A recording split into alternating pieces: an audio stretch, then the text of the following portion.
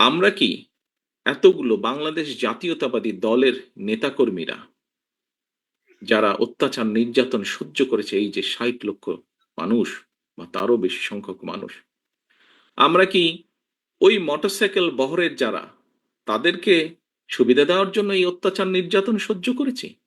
অবশ্যই নয়, অবশ্যই নয়। সহকর্মীবৃন্দ, মানুষ হিসাবে আমরা বিভ্রান্ত হয়তো হতেই পারি,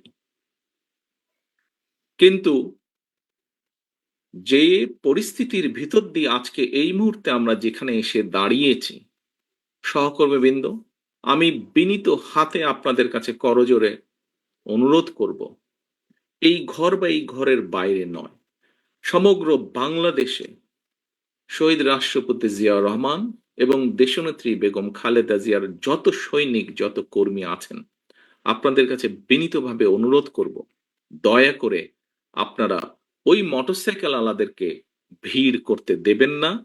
দয়া করে আপনারা নিজেদের প্রত্যেককে, দয়া করে আপনারা শহীদ রাষ্ট্রপতি জিয়া রহমানের জানাজার চিত্রটা মনে করবেন এবং দয়া করে আপনারা বিভ্রান্ত হয়ে কোনো কাজ, বিভ্রান্তিকর কোনো কাজ করা থেকে বিরত থাকেন। সহকর্মীবৃন্দ, কথা প্রসঙ্গে সবাই বলে যে একটি নিরপেক্ষ নির্বাচন হলে, বিভিন্ন আলোচক বৃন্দ বলেন যারা বিএনপি করেন না, আপনারা বিভিন্ন টক শো দেখেন, আমিও দেখি, বরং হয়তো চেষ্টা করি একটু বেশি দেখতে, যেহেতু দেশ থেকে দূরে আছে। অনেকেই বলেন যে একটি দেশে স্বাভাবিক সুষ্ঠু নিরপেক্ষ নির্বাচন হলে বাংলাদেশ জাতীয়তাবাদী দলের সর্বোচ্চ সম্ভাবনা আছে সরকার গঠন করার। সহকর্মীবৃন্দ, আমি আপনাদের কাছে একটি প্রশ্ন রাখতে চাই। সেই মোটরসাইকেল আলাদের তাদের নিজ স্বার্থ উদ্ধারের জন্য বা আমাদের কিছু নেতাকর্মী বিভ্রান্ত হয়ে যদি এমন পরিস্থিতির উদ্ভব হয় যেখানে অন্য কেউ সরকার গঠন করলো, তাহলে কি আপনি মনে করেন আপনি খুব ভালো থাকতে পারবেন? আপনি বলতে আমি, বাংলাদেশে যদি ১ কোটি বিএনপির নেতাকর্মী থাকে, সবকিছু মিলিয়ে আমি এই ১ কোটি মানুষকেই বলছি, আপনারা কি ভালো থাকতে পারবেন? কারা চলে আসবে, কি চলে আসবে আমরা জানি না। তবে আর যাই হোক, সেটা আপনাদের কারো জন্য ভালো হবে না, আমাদের কারো জন্য ভালো হবে না। প্রিয় সহকর্মীবৃন্দ, কোনো কারণে যদি অন্য কেউ সরকার গঠন করে, একজন রাজনৈতিক কর্মী হিসেবে আপনার এতটুকু চিন্তা, এতটুকু সেন্স থাকতে হবে, অন্য কেউ যদি সরকার গঠন করে, বাংলাদেশের রাজনৈতিক প্রেক্ষাপটেই হোক, আন্তর্জাতিক রাজনৈতিক প্রেক্ষাপটের ক্ষেত্রেই হোক, সেটা কি দেশ এবং জাতির জন্য খুব ভালো হবে? আমি দৃঢ়ভাবে বিশ্বাস করতে চাই যে আপনারা পরবর্তী যে সেকেন্ড নাটা বললেন, আপনারা বুঝে শুনেই নাটা বলেছেন। প্রিয় সহকর্মীবৃন্দ, আপনারা যদি বুঝে শুনে নাটা বলে থাকেন তাহলে আপনারা সঠিক বলেছেন, এবং তাই যদি হয়ে থাকে, দুটো প্রশ্ন করেছি আপনাদের, দুটোতেই আপনারা না বলেছেন। প্রিয় সহকর্মীবৃন্দ, এই নাটি যদি আপনারা বুঝে শুনে এবং সত্যিকার ভাবে না বলে থাকেন, এখনো আমাদের হাতে সময় আছে মানুষের পাশে গিয়ে দাঁড়ানো।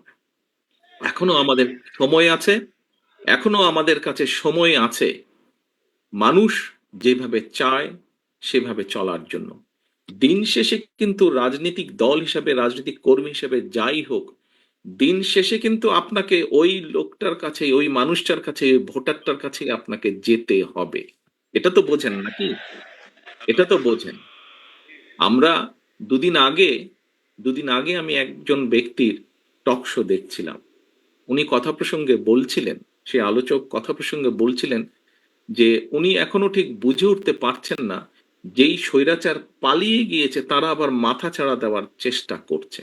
চেষ্টা ঠিক আছে, করতেই পারে তারা, কিন্তু তারা যদি ভোটের মাঠে নামে, কি নিয়ে তারা মানুষের সামনে হাজির হবে? পেছনের গুলা বাদই দিলাম, উনি বলছেন যে পেছনের গুলো না হয় বাদই দিলাম, এই অগাস্ট জুলাই, জুলাই অগাস্ট মাসে যে হত্যাকাণ্ড ঘটেছে, প্রায় ১.৫ থেকে ২,০০০ মানুষকে যে হত্যা করেছে, প্রায় ৩০,০০০-এর মতন মানুষকে যে তারা জখম করেছে, ইউনিসেফের বক্তব্য অনুযায়ী 64টা শিশুকে তারা হত্যা করেছে। এর জবাব তারা মানুষের সামনে কি দিবে? এই জবাবগুলো তো তাদেরকে দিতেই হবে। প্রিয় সহকর্মীবৃন্দ, আমরা যদি সেই দিনটি আসা পর্যন্ত আমাদের ভিতরে যদি কেউ কিছু করে, জবাব তো আপনাকে দিতে হবে। যখন আপনি দুদিন পরে ভোটের জন্য মানুষের কাছে যাবেন, আপনাকে জবাব দিতে হবে না?